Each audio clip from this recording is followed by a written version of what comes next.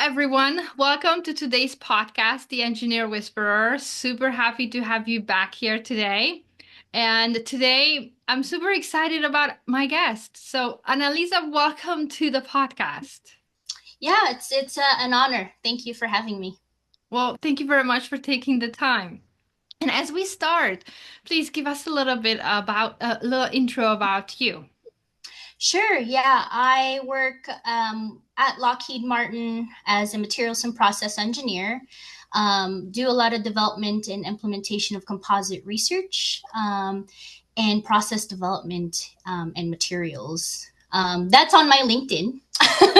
So something that's not on my LinkedIn is that I actually migrated to the States as a kid, coming from the Philippines.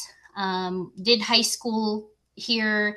Went to University of California Merced, or UC Merced, for my undergrad in materials science and engineering, and I moved into my master's degree at University of Kentucky. Studied the same thing. um, love material science and engineering, or materials engineering. But I moved forward to do my doctoral degree at George Washington University for engineering management. And my motivation, to do my management background for my doctoral is, the very idea that, as engineers, we should collaborate and treat our team as a community. I mean, the things that I've done in the past as well as now at my work is, a lot of collaboration. I know it's a misconception as engineers, we're introverts. We don't collaborate, but I think that's essential in the workplace. And at the end of the day, even though if you're an engineer, a scientist, um, uh, humans are, we're relational beings. And so that was the focus of my management degree, really. Well, I'm super excited to ask you more about your journey because this podcast is about inspiring others, and you Mm-hmm. have a very interesting journey. So let's jump right in. A lot of people might ask, well, how does someone think about, I want to become a material science engineer? So maybe start with what was challenging for you Right. So I in. want to take you guys, I guess, like, let's pretend we're in an aircraft and we're about to lift off, right? Just because that's the very nature of my job. So that's natural for me to talk about. From the very beginning, so this is kind of like the lift off of my career, right? From the very beginning, as a kid, I was always curious. I remember my first flight with my mom. She brought me to this beautiful island in Cebu in the Philippines. And the questions that I was asking her on that plane ride was, what are things made out of? What's this airplane made out of? Where is the sky? Where is the sun? So I was naturally curious as a kid, and I feel like that translated throughout my career, and my undergraduate career, studying material science and engineering. Um, I have three pillars that I talk about when I talk to students, and those are, resiliency, um, perseverance, and I'm a little bit nervous that I can't remember the third word, but uh, curiosity. Curiosity was the very base of, why I studied, because material science really is the study of stuff. Um, and being able to be resilient, my journey being an immigrant, it wasn't easy to get to, here, and I'm still figuring that out. But knowing the skill of um, being able to bounce back from an adversity is really important in any career in life, but also making sure, you persevere, and do what you love and stick to and fight for it. Um, so my journey, a little bit, like where my adversities came from is, in college, I got sick. I almost dropped out of college. But I graduated top one of my class, still. So, Hold on, how old were you when you came to the States? I was turning 11, I think. Yeah, Oh, I okay. was So very this was young. pre-high school, Yeah, before. yeah. Have you spoken English at that point? Um, yes and no. I mean, I went to an international school, so I had the accent actually when I came to the States. And it was so funny because like my first class, I think they had made us read like a paragraph from a book, and I don't remember the book, but it had Caesar in it. But then Filipino, it's Cesar. So I said Cesar, and everybody laughed at me. And that from that point, you know, I didn't blame anybody. Um, at that point, I think I started reading billboards in American accent. So th- how I speak now wasn't how I spoke back then. Well, I mean, it comes out sometimes. you realize that there's some work to be done here. Yes. Exactly. And then that feeling of, being embarrassed. I Yeah. experienced that myself too. Yeah. So I'm with you. So you're 11. You come here. Did you come with family? Did you come by yourself? So my mom, my mom stayed behind in the Philippines actually, and I didn't meet my dad till I was 10. Um, and so my dad had a proposition, and I mean, I was always big on education, and I was always big on I want to finish, whatever, elementary, high school, middle school, high school, college. I was always, motivated to finish that. So he had a proposition for me to come here for a better opportunity. And that I took that opportunity despite leaving my mom behind, my grandpa behind, my family, and whatever's familiar to me behind. So I had to start over when I came to the States. Tell me about that mindset. Because what I'm hearing is at age 11, you pretty much are detaching yourself from everything and everybody that you know. And you're putting yourself in an environment that is completely new, language, culture, and even people. Do you remember what was going on inside of you to have this courage and bravery or the motivation behind it? Yeah. Um, I think, I mean, it goes back to the three pillars that I talked about. I was very curious to what my life would be in the next few years if I had a better opportunity. And I was curious what I could achieve if I took the step to go with my dad and be in another country, and start from the beginning. Um, I feel like at an early age that I was able to practice resiliency. So when I came to the States, there was a lot of culture shock. And however, I think that didn't stop me from pursuing what I need to pursue and what I need to do, which is finish high school and graduate college.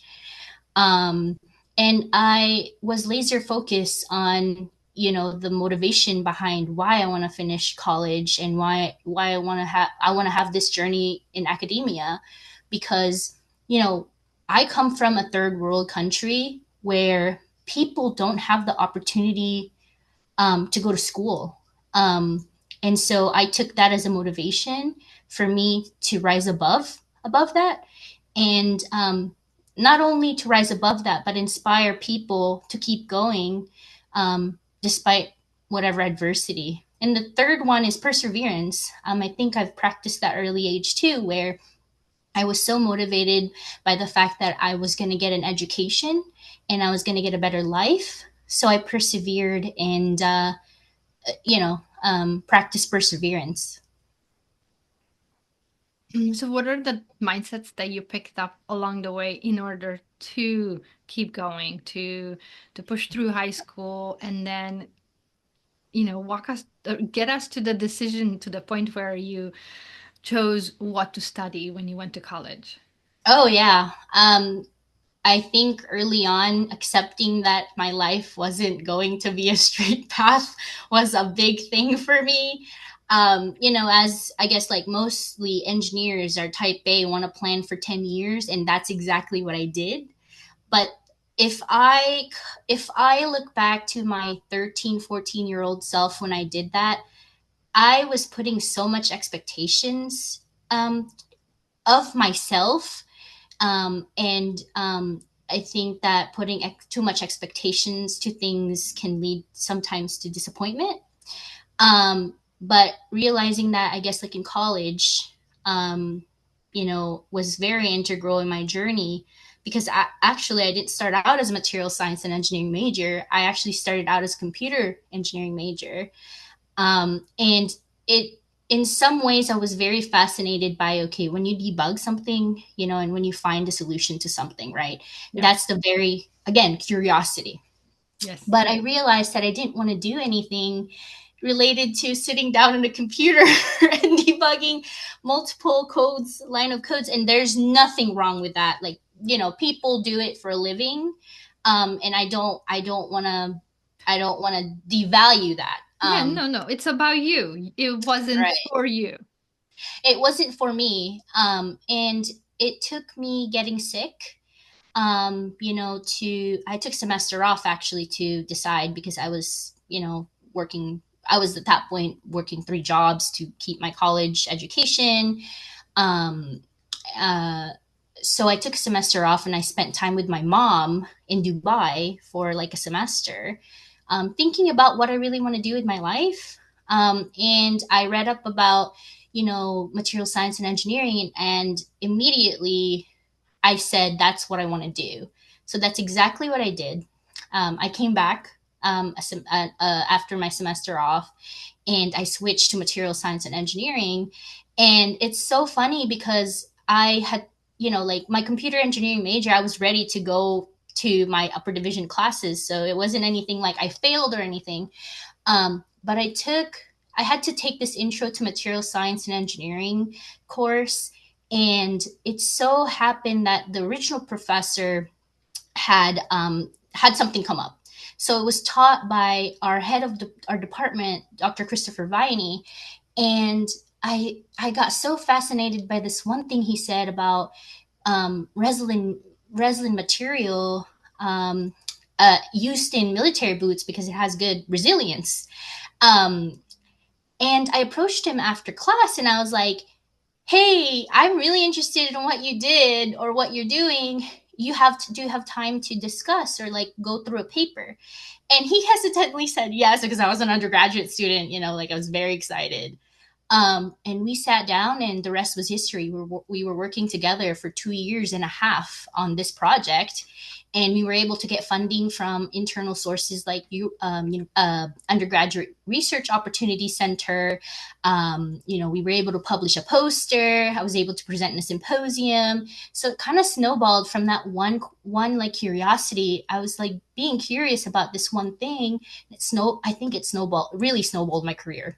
I know that was long winded.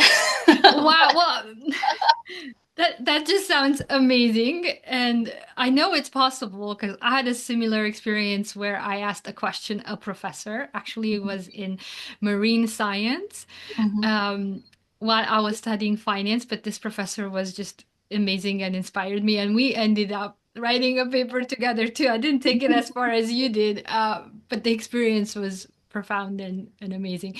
But Yeah. hold on, let me take me back. I think a lot of people just like me are asking, wait, wait, wait. So you went to Dubai, you took the time off Mhm. a semester, you went and met with your mom, somebody Mhm. that you love, care, and she loves and cares about you. That's a great move. So everyone listening, when you feel kind of you don't know what's going on or burned out or down, find somebody who loves you and go and spend time with them. So that's one takeaway. The other, oh, my curiosity is, so you went to Dubai, you're with your mom, and then you say, and then I picked up a book and read about material science. So how Mhm. does that come about? Where did that come from? Was that some influence? I mean, walk us through, how did you find that book? How did you find the information? Yeah, it's as simple as asking the questions of what I want to do with my life. I was looking into mechanical and chemical engineering and all that stuff. And to all materials engineers out there, I know this is our Bible. It's called Callister, and that's the exact book that I picked up. um uh but yeah, it just it's as simple as asking the question of what I really want to do, and what really makes me run, um I wanted to do, and that's exactly what I achieved, is that I wanted to do something for my career that I loved.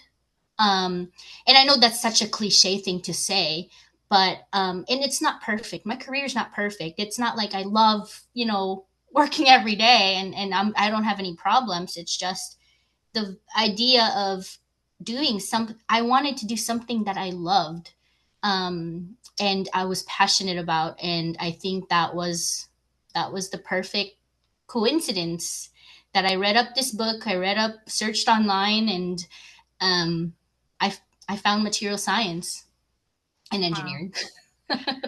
I know you're saying it's so cliche, and despite that, we know it's a cliche. And we also, despite that, we meet people like you and like me who the cliche worked. There are still a lot of people who are not doing it. So, I want to emphasize it to those who haven't done it yet and are listening to us.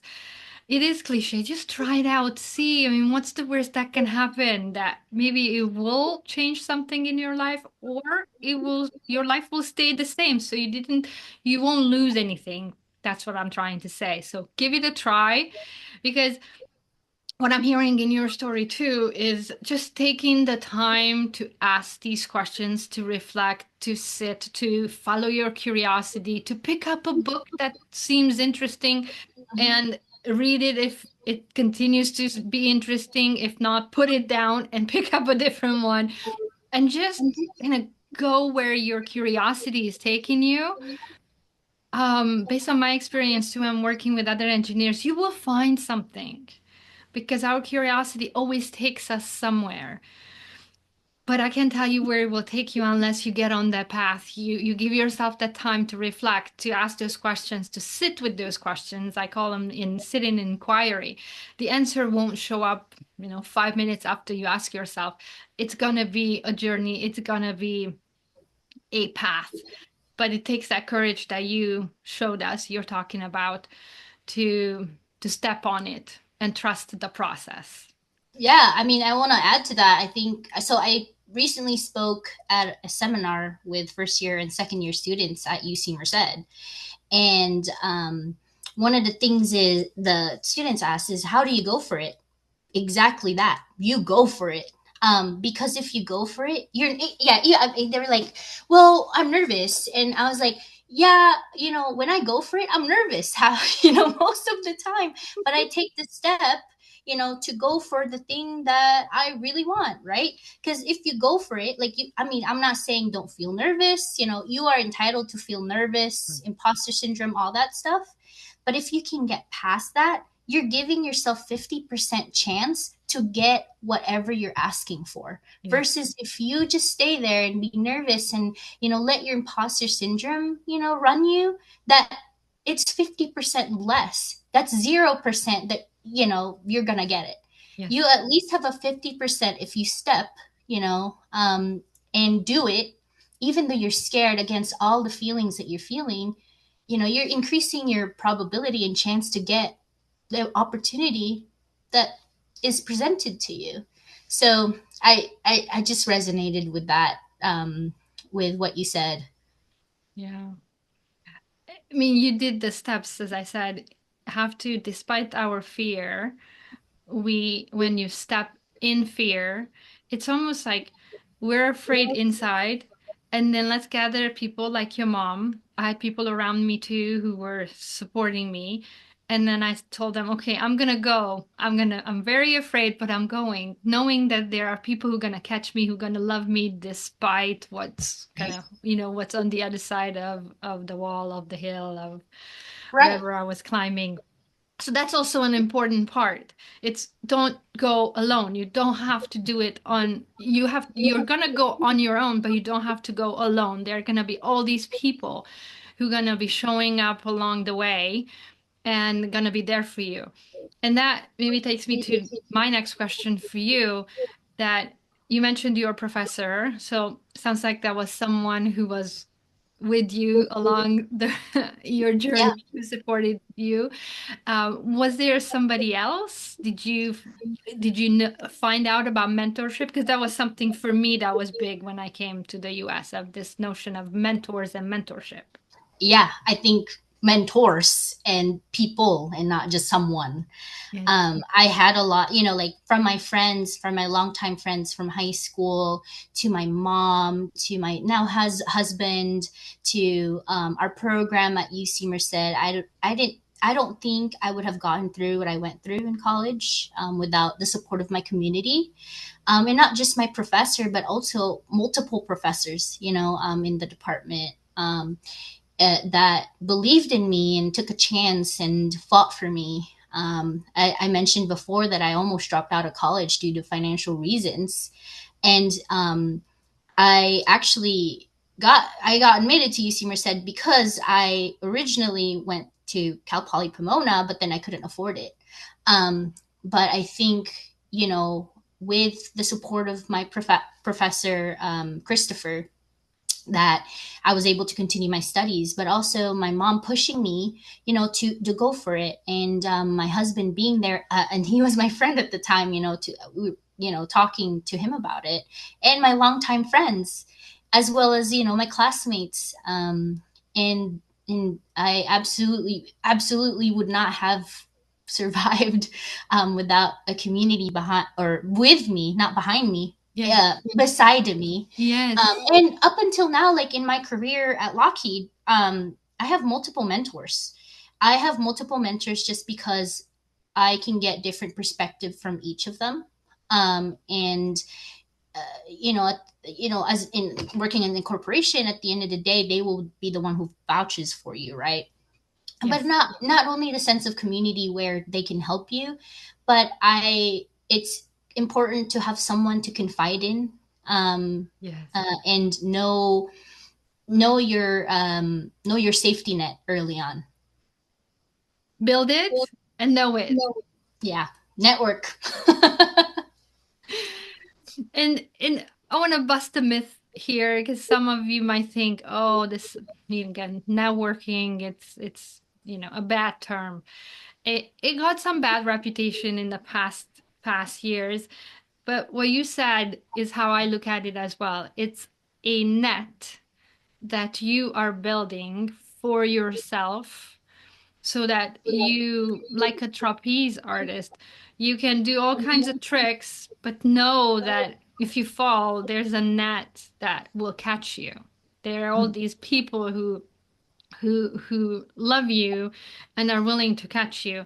And what that does is we do, interesting tricks. We learn to fly higher. We take different risks, and we blossom and we thrive.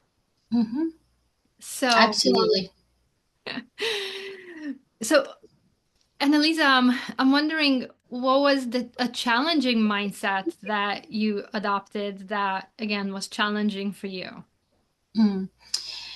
I feel like all of them was challenging. Um, it- when you're building a skill, in any mindset is part of a skill, right? Yes. being being uncomfortable at first and sitting with that uncomfortability was a big challenge for me, because I just want to get there sometimes, and I'm like, oh, if I'm learning a new skill, when can I be an expert in this skill? Is I think that, and patience with myself to learn it. um, so I would say, in learning any skill or learning anything new, that you're always going to be uncomfortable at first, and to sit with that, and how to react to uncomfortability is another good skill to have. How did you respond to it? Tell us more. um so I wasn't it was really difficult for me, because like I said, I really wanted to get it done, but it took, um not only having a community to talk to, um, but also gaining the skills to be patient with myself in those uncomfortable times and learning how to just let myself feel the uncomfortability and go through it. Um, Mimi Sue, who's my mentor now, one of my mentors at the company, she always, whenever we meet, she always says, um, "Stop and smell the roses." And I didn't understand that up until recently because I was like, yeah, I just want to get there and I just want to get to this task and all that stuff. But it freed up so much expectations and kind of like a burden on myself. The weight on my shoulders decreased significantly when I understood that it is okay to be uncomfortable and it's part of growth, because you won't get to be an expert if you don't go through it, right? Yeah. There's really no shortcuts. um, and as much as we're engineers and we love shortcuts, there really isn't a shortcut in any journey, because you're meant to feel uncomfortable at first so you could grow and you could be an expert at something. There's no point A where you're just gonna go run to point B and you're gonna be an expert. So I know coming into terms that it's okay to smell the roses, it's okay to be uncomfortable because that's part of your journey and that's part of your growth, is something that I had to come to terms with recently. Wow, thank you very much for sharing that. I feel like that as women engineers, we put pressure on ourselves, and then we also take the pressure from the external pressure and put it kind of on top of that, and then Mm-hmm. walk around with extra weight for the visual. Like, there's just more on our shoulders. And Mm-hmm. this concept what you're talking about reminds me of the giving permission to ourselves to maybe take some weight off that we put on, and we are the only ones who can take those off. Yeah. While we also give ourselves permission to feel whatever we feel in the moment, responding to whatever situation change that is happening to us, and knowing that we can still be in control of our inner world and how we Mm-hmm. respond to the external world. There's no need sometimes to carry the weight of the world.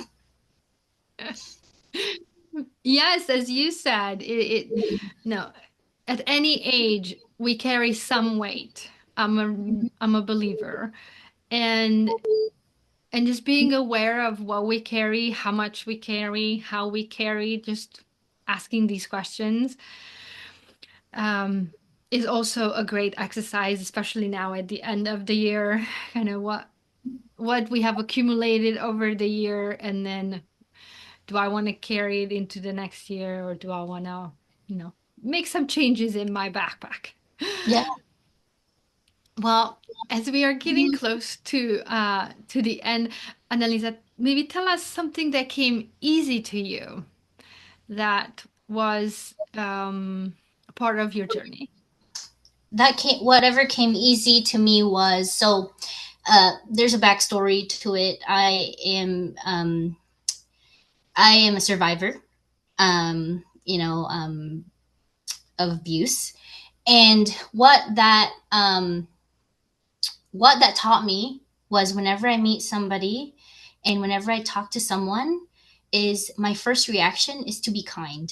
And that's the easiest thing, and the that's the least I could do for people. Um, we all walk different walks and we all have different journeys. Um, and we walk life differently.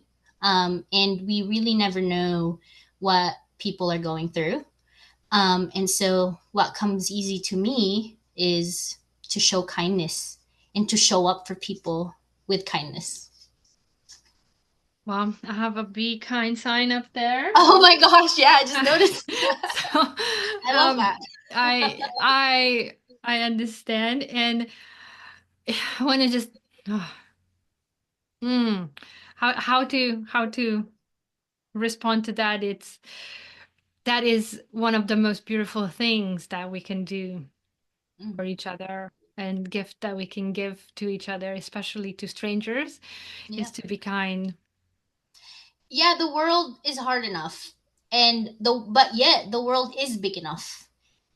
Opportunities, like the world is big enough for everybody. We can share opportunities as well as we can be kind with each other. Because we never really know what that person is going through. Yes, yes. And we all need friends. Let's put that out there too. Hmm. Um, Well, thank you very much for sharing today. Um, Super excited. Thank you for sharing all the about your journey, and my heart is filled. So I hope that those who are listening also walking away with something. And on that note, what I do is I give the mic back to my guests as we're closing out. I would like you to pick something that you want us to take away from today, to walk away with, to keep in our hearts, maybe think about it, and to reflect on. What would that be?